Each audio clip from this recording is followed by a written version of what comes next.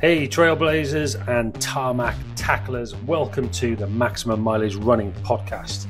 This is your one-stop shop for everything ultra, road and trail running for busy people. I am your host, Nick Hancock, a certified USCA ultra running coach and UK athletics coach in running fitness. I am here to answer your questions and provide a little bit of humour and inspiration for those tackling marathons and beyond. So whether you're squeezing miles into a busy schedule or just dipping your toes into long distance running, I have got your back. Prepare for some laughs, learning and a few colourful words. So lace up, gear up and get ready for maximum mileage. Let's get into it.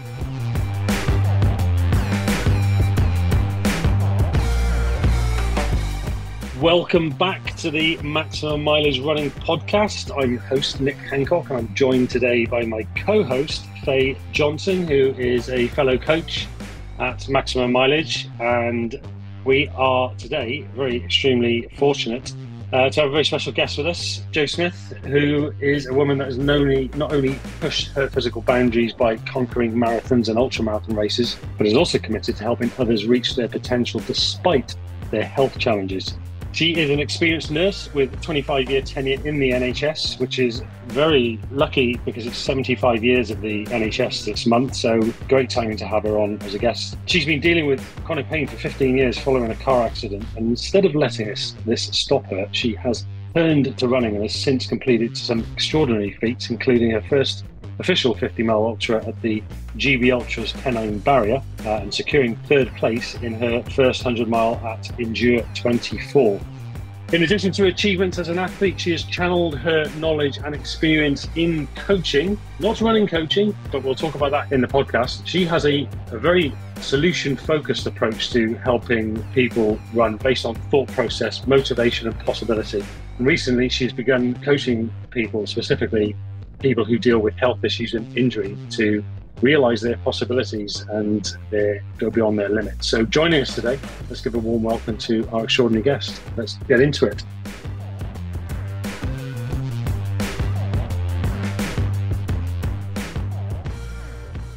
Hi Jo, nice to meet you. Hi Nick, thank you for having me. I'm really privileged.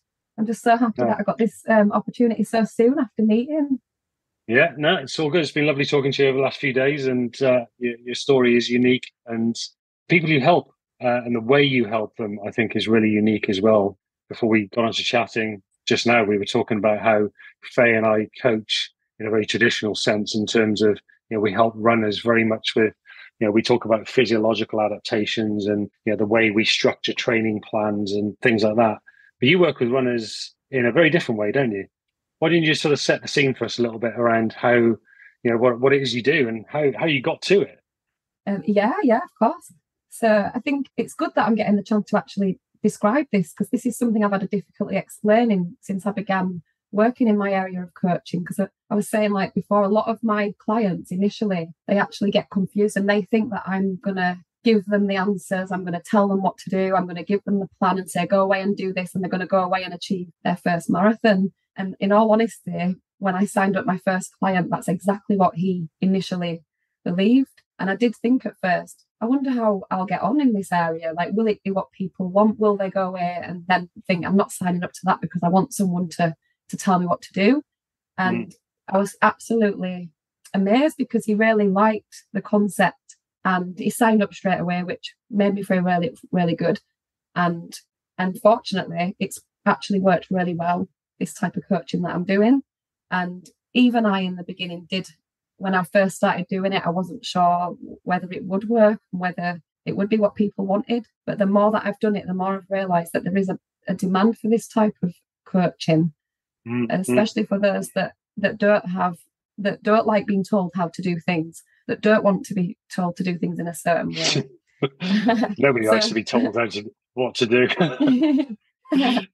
So basically the type of coaching that I do, it's really powerful, it's magical, it's basically conversations, and the way that you have the conversations is the way that you ask questions in a particular way that really open up a person's mind to different possibilities, different ways of doing things they've never considered before. You can have quite a lot of fun with it, be really creative, and you can really use a lot of visualization about when you're already there, like how did you feel when you got there? What did you do? What kind, you can kind of move forward in time and know the answers. It's just really good fun, and it allows a person to then take ownership of their plan. So we really spend a lot of time together, really, really talking through exactly what is it that you want to achieve, like really crystal clear, plan it out. What exactly do you want? Why do you want it? Like, what's the reason why you want it? Because for a lot of people, without that good reason, then they'll never get it. And also we look at the beliefs, like how much do you believe it's possible for you?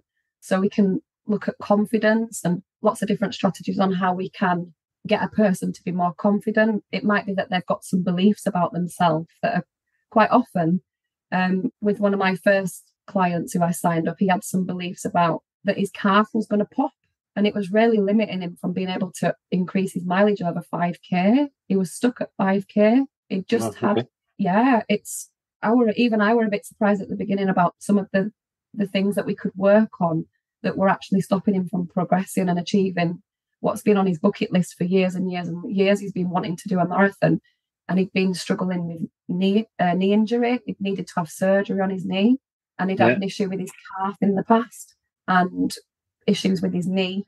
And we really went to town on what he would believe in. And that's the joy of this type of coaching, is that you can really challenge a person with what they believe in, and they even go away laughing at themselves, thinking, I can't believe they didn't even know they were thinking in that way. And sometimes it can be really, really a breakthrough, and it can be something as simple as that, what somebody needs just to then go away and think, oh, I can go beyond 5k. And believe it or not, going off on a little tangent here, but only 8 weeks later, he already achieved his first 15 miles run. So, and that was only 8 weeks ago, a person that was scared to go above 5k because they had this belief that their calf couldn't handle it and that it would pop. How did that person, what led them to believe their calf was going to pop? And what, it was you said he had a knee issue and then potentially some calf issues prior to that. But how do you go from, I guess, having in your mind that maybe it's going to pop? Did he have a sensation that he felt like it was going to pop, or was it purely just in his head? Yeah, so he kept getting pain in his calf. And in the past, he used to be a goalkeeper, and he'd had an issue where his hamstring had actually ruptured at one point. So he had experienced something quite similar. So that must have been there in his subconscious mind.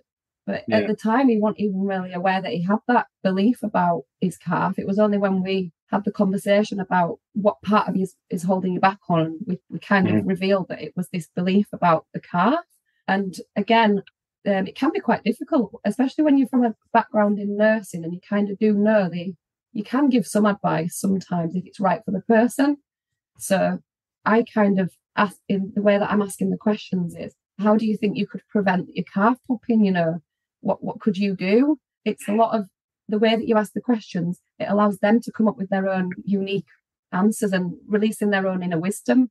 So it's kind of really clever, because quite often I can ask a question in a way that I'll get them to give the answer that I might believe is a good answer. But because he went away that week with a goal that he'd set that would have been absolutely, there was no way in a million years I could have come up with that plan for him about what he needed to do on that week one of his coaching. And he went away with his own plan that he'd come across to do stretches, to do specific calf stretches, which again, I knew nothing about. I didn't know what the stretches were or how to describe how he should do them. And that was his own answer. And that was the week one. But genuinely 8 weeks down the line, he's done his 15 miles run. And I got a text message to say that it was a trouble-free run. I was absolutely amazed. I was so happy to read the message, just to let me know how he got on with that when we look back over the weeks.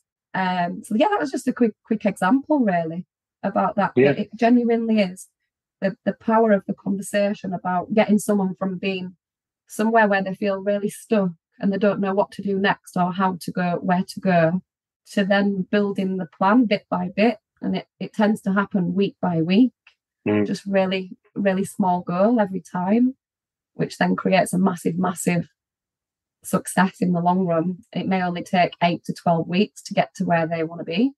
Yeah, no, it's interesting just thinking about how to. I've mentioned this before, the whole mindset thing within the running world. We talk about it as coaches all the time, but I think to a lot of us, it's still a bit of a dark art in a way. And I've got runners, that I work with. I've got a real example of one of my runners who she's more than capable of a 125 half marathon. She's a fast runner, but there's just something that's stopping her in her mind from believing that she could go from 130 where she is now to 125. And there's something I've experienced personally in the past, like with running a 5K race, and you start doubting yourself that actually, in the last couple of kilometers, I can't keep up with that person in front of me, so I'm going to drop back. And that's not really a physical thing. Actually, it's in your mind, and you're telling yourself that you can't do that. And it might sound crazy, but I have worked with people and do work with people that have those doubts, that do say to themselves, I'm not good enough to run this particular pace or keep up with that person. And it is that we are still in that. I think, some of us who we talk about those physiological adaptations, and, particularly with the example that you gave, the guy with the calf issue, my first thoughts would be, how do we help you on a physiological level rather than a mindset level? So it's really interesting to hear that approach of going at it from the mindset, what helping them to come up with the solutions. I guess my question from that though is, you helped that person with his calf, and he went away to think of the solutions himself. Did he at any point sort of consult with perhaps like a physiotherapist or a strength training coach? Because that's the first thing that comes to my mind. I don't know about you Faye, but something like they've had problems with their calves in the past, I'd be thinking strength training straight away.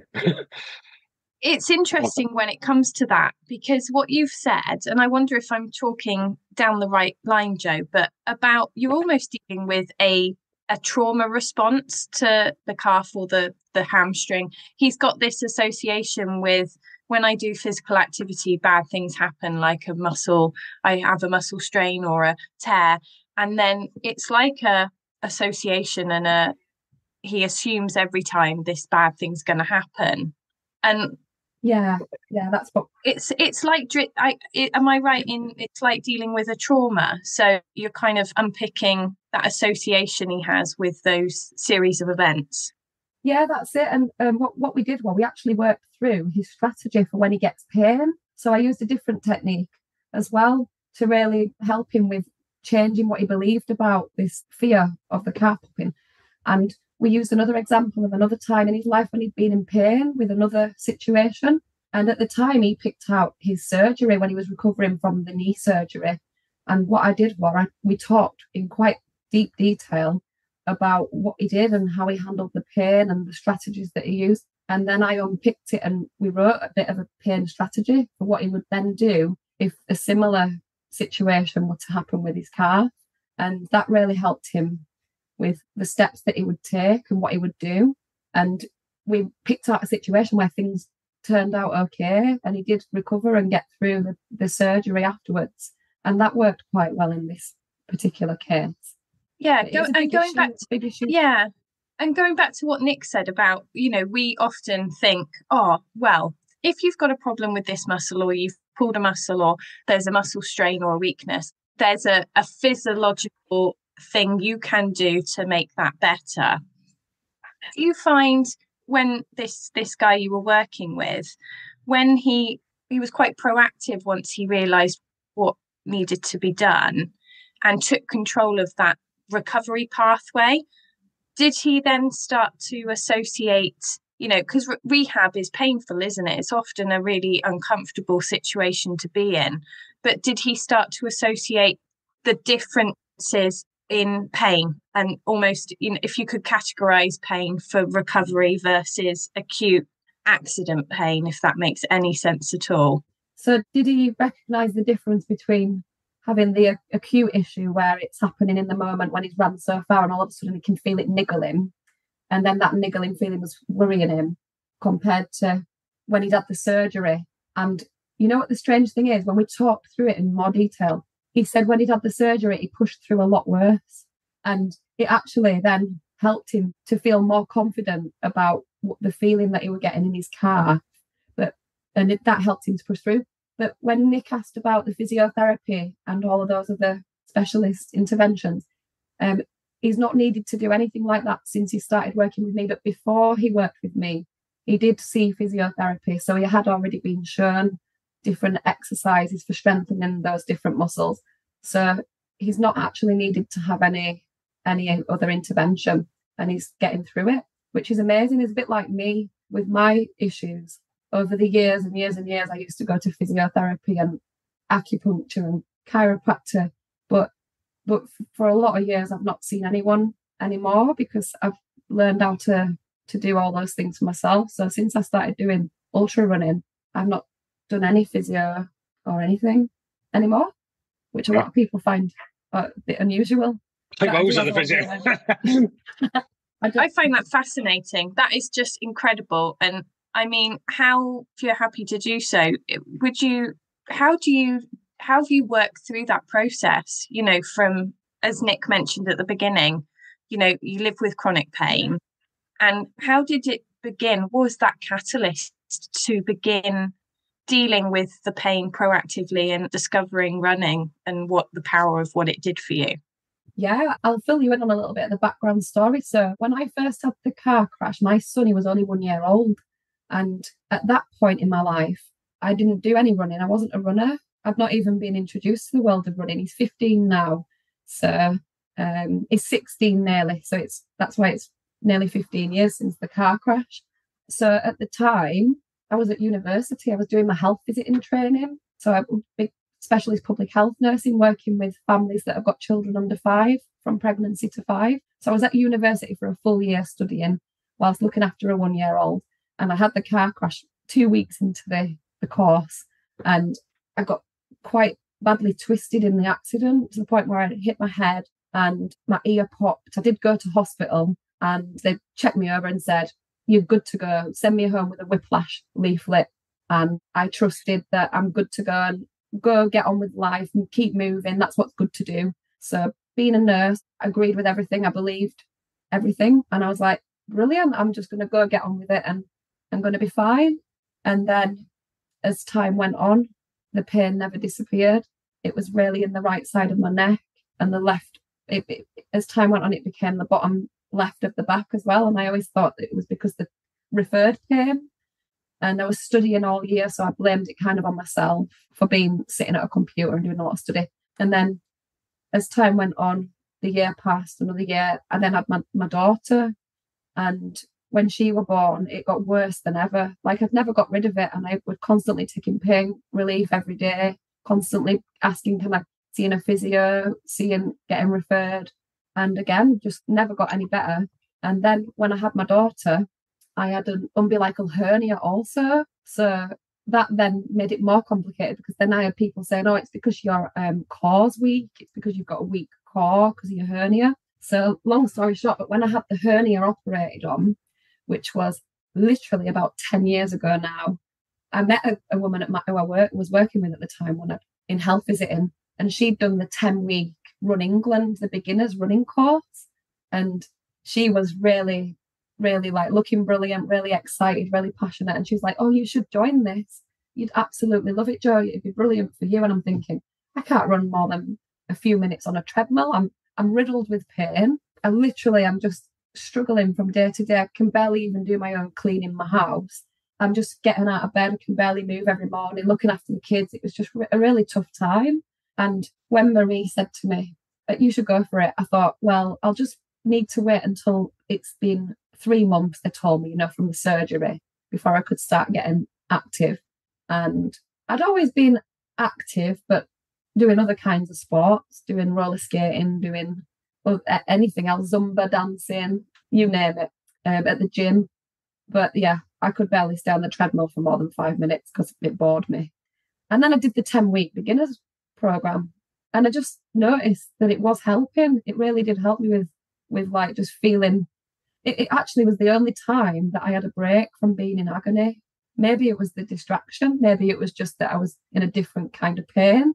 And then that kind of just, as years went on, got more and more and more. And then 5 probably about 5 years on into that is when I did the coaching training. So I did the coaching training in 2018, and then all these new skills and strategies that I'd been taught that I was practicing with other people, and I became my own first client, and I just couldn't help but then sharing and spreading all my experiences with everybody that I came into contact with, that literally lots and lots of people will join me on my journey. And when I was thinking about this, a lot of my friends then came along and did the 10-week beginners running course, and people just wanted to do the same. And yes, sir. So running were a big help for me with helping to deal with pain. I'd been sent everywhere. I've had in the past numerous procedures for, they call it radio frequency nerve ablation, where they disrupt the nerves in your spine. And I've had that done numerous times in my neck and back. And again, it doesn't last forever, it wears off. So movement's you're not, the only respite. you're nodding away there, Faye, like you know what this it's is. similar. It's a very interesting one, because chronic pain is, I think, something that has become, I don't know what the right word it is to use, but it's become more and more prevalent, particularly due to trauma like car crashes and illnesses, acute illnesses. And what you're saying in regards to that kind of, the movement was the release of the pain. Like you say, is it a distraction, or is it that, as we know, movement is medicine? It's such a wonderful thing. Yeah. And it is what we were designed to do. We were designed to move. And by moving, we basically utilize our bodies for what they're intended. And I think, you know, what you're saying is really interesting, because I personally, I had or have long COVID and have had a similar journey back to running since 2020.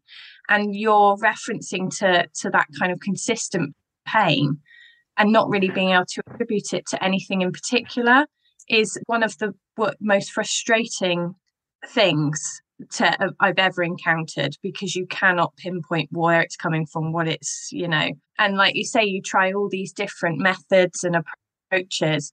And interestingly, just like you've said, I found as my running mileage increased, I started to feel better and felt better for more movement, even though I thought actually I shouldn't be doing that, because I've been told I shouldn't be exercising too much, because it's a detriment to what I'm recovering from. You don't want to push it too much. You know, you might not run like you did before you had COVID.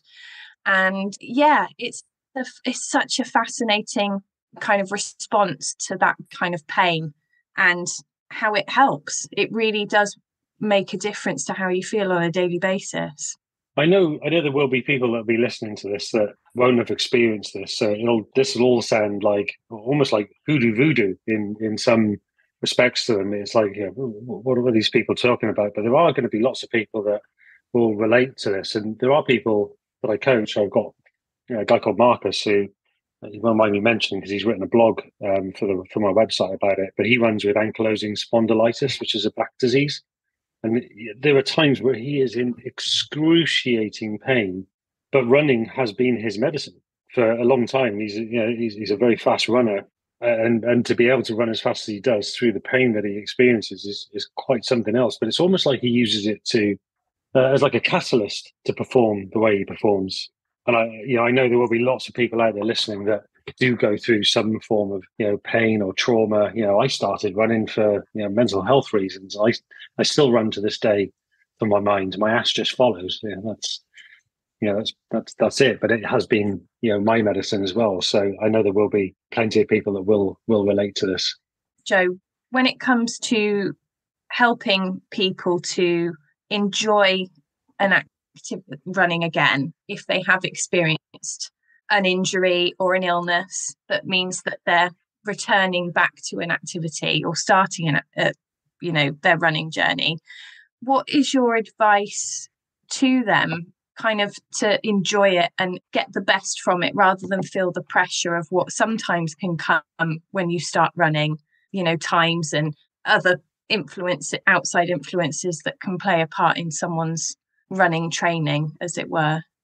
Yeah, that's a good question, because it comes up a lot, because for people who have experienced an illness similar to what you've gone through with long COVID, and you've been at a certain level, it's heartbreaking to then go again and realize you can't do what you did before.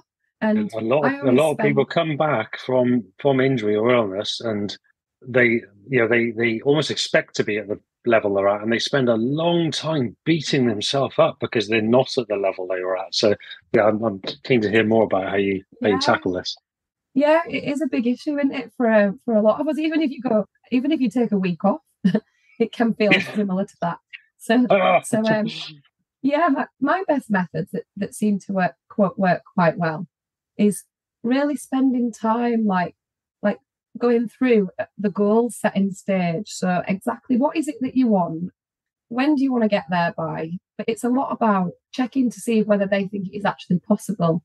Because a lot of the time when you talk things through, you realise, and the way that you could ask them, do you really think that is something that you can do by this time? Quite often then you'll get some, they'll be honest about it and go, well, actually, probably not. So you kind of go through the process of working out the end goal, but then breaking it right down into smaller sections and by when.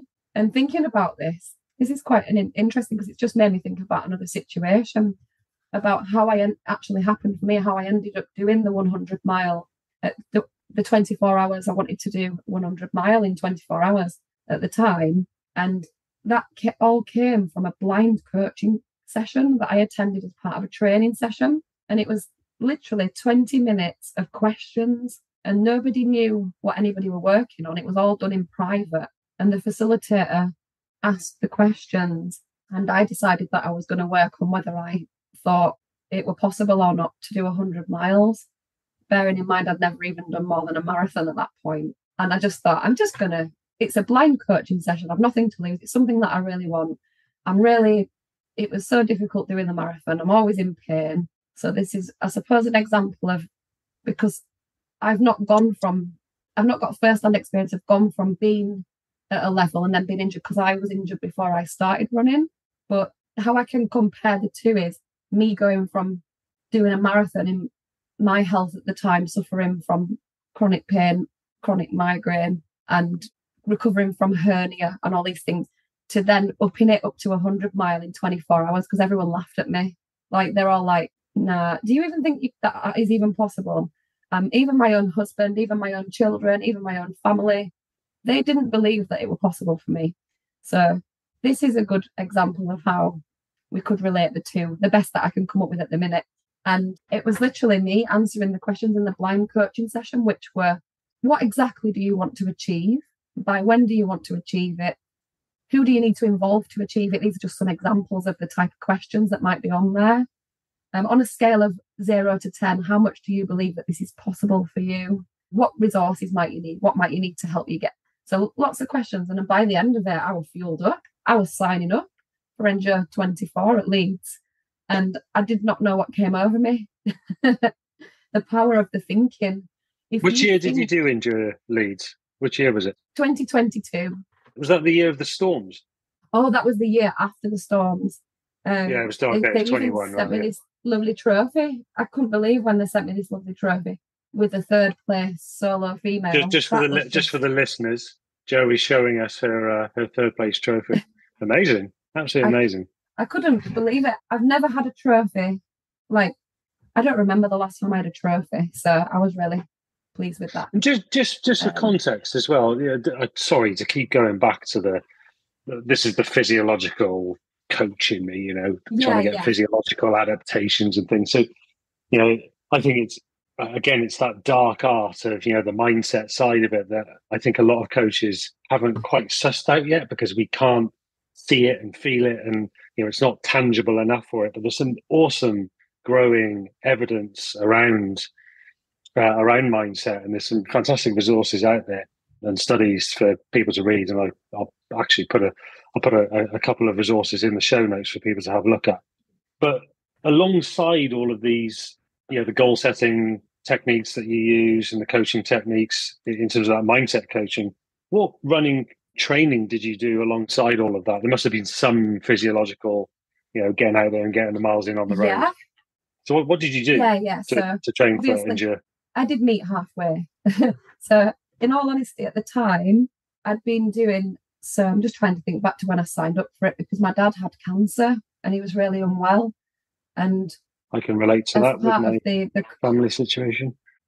we've all got real similar connections, haven't we? It's we've all got really similar stories. It's nice to meet other people that have gone through similar, and we can help each other. That's the joy of that's another thing that really brings me into this environment, because I've met so many amazing people along the journeys.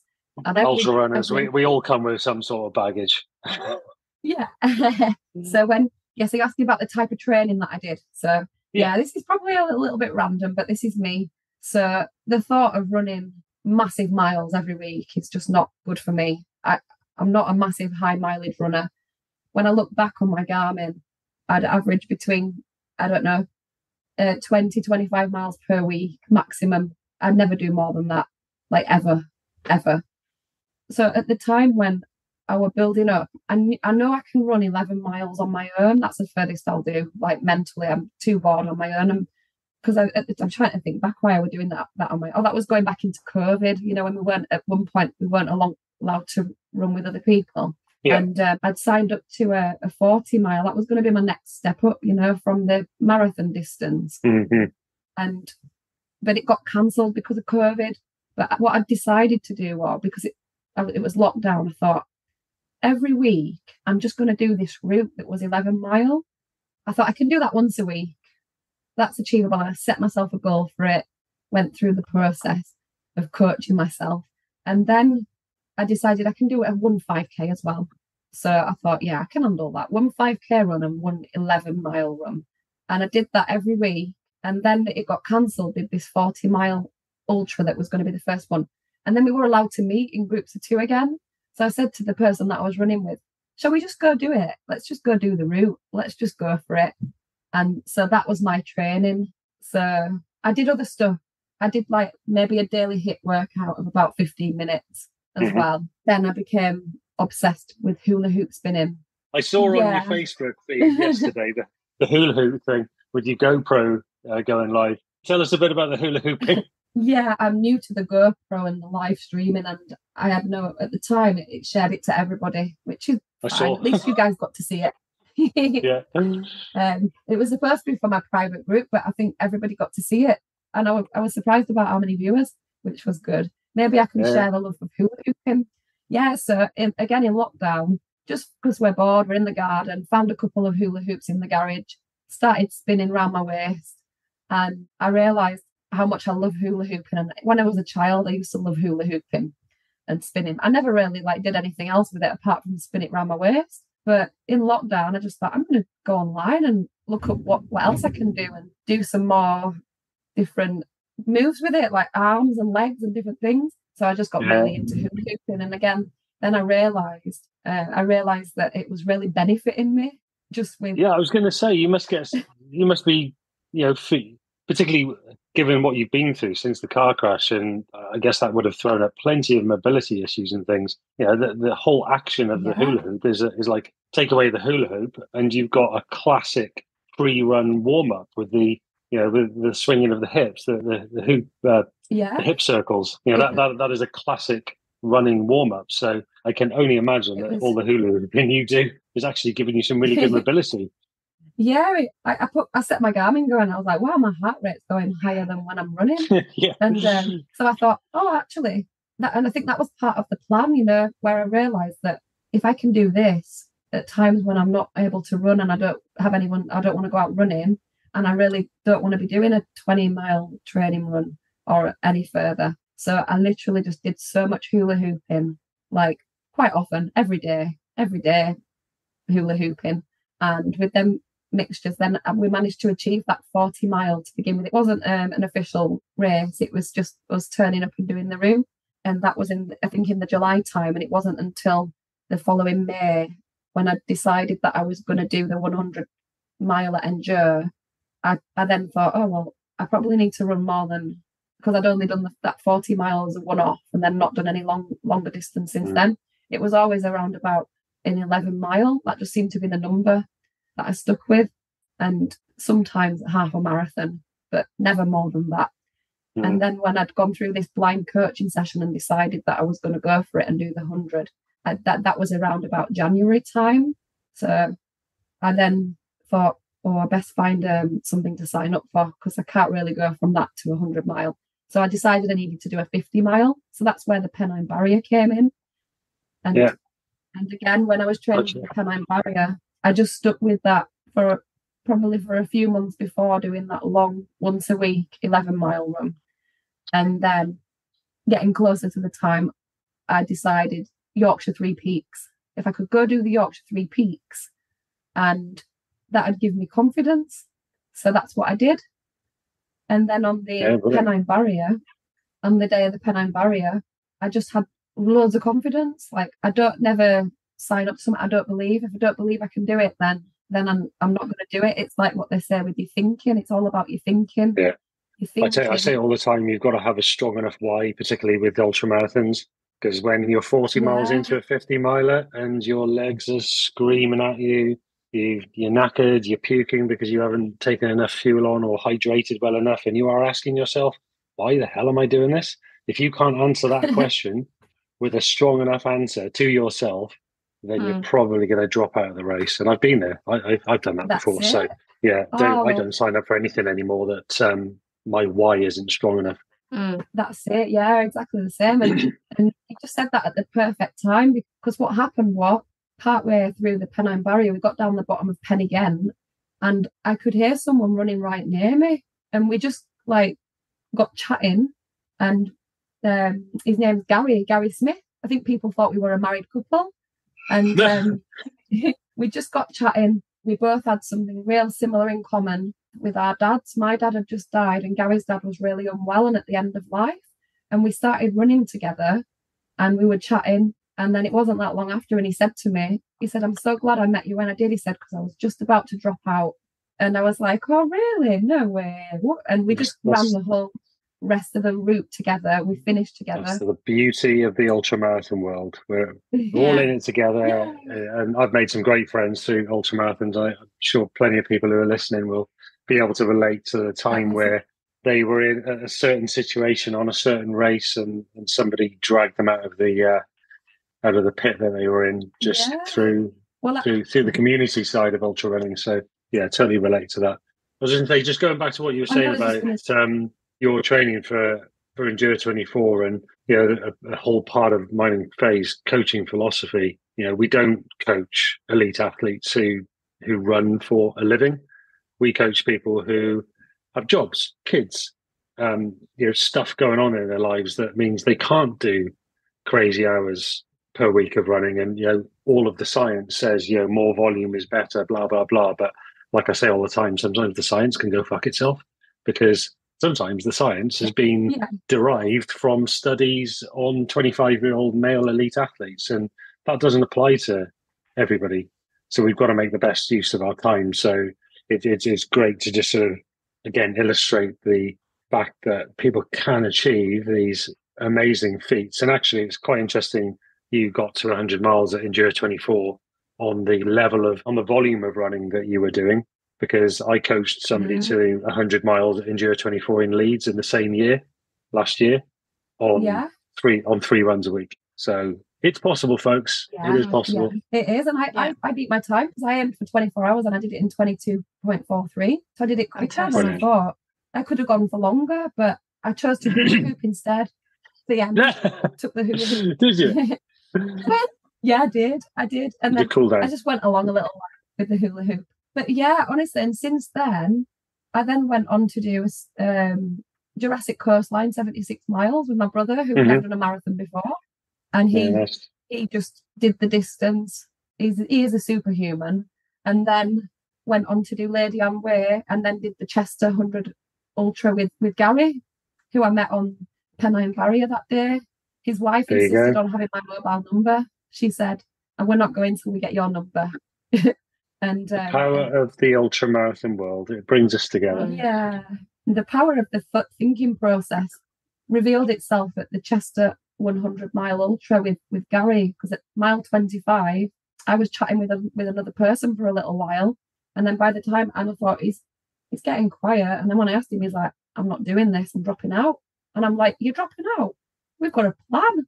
And we did the strategies, went through what we did, the plan, and changed it around using helpful thinking process and positive affirmations and some kind of all kinds of different techniques. And he never looked back after that. Once he got going, he didn't look back. It was miraculous, because I never believed him when he said he dropped out, because I'd never seen it happen before. Yeah, absolutely. And on that note, to kind of wrap things up, I certainly am coming away from this because I've got a couple of athletes who, like I said, they've got some of those little nuances that, when they're racing, they're in their mind, they're telling themselves something that they shouldn't be telling. There's a doubts creeping in, or whatever it might be. And I think, certainly around the goal setting and visual affirmations, visualizing, how do you want the race to go, I think is so powerful. And actually, there are great studies and resources out there that do confirm this. And the elite athletes do it. They do go through visualization techniques with their mindset coaches, with their sports psychologists. And I think there's a lot of people out there that might be listening to this, and the kind of people that we work with, your parents, your busy professionals who want to do well in their races, could take away some great things from this conversation and from those types of methods to help improve their running. So I've certainly learned a lot today. And it's been amazing to meet you, Jo. So thank you so much for coming on the Maximum Mileage podcast. Thank you, Jo. Thank you to both of you too. It's been great to meet you all. Hopefully we'll meet again soon as well. Yeah, absolutely. We'll stay in touch. Thank you so much, Jo. And that is another episode on the Maximum Mileage Running podcast. Thank you very much.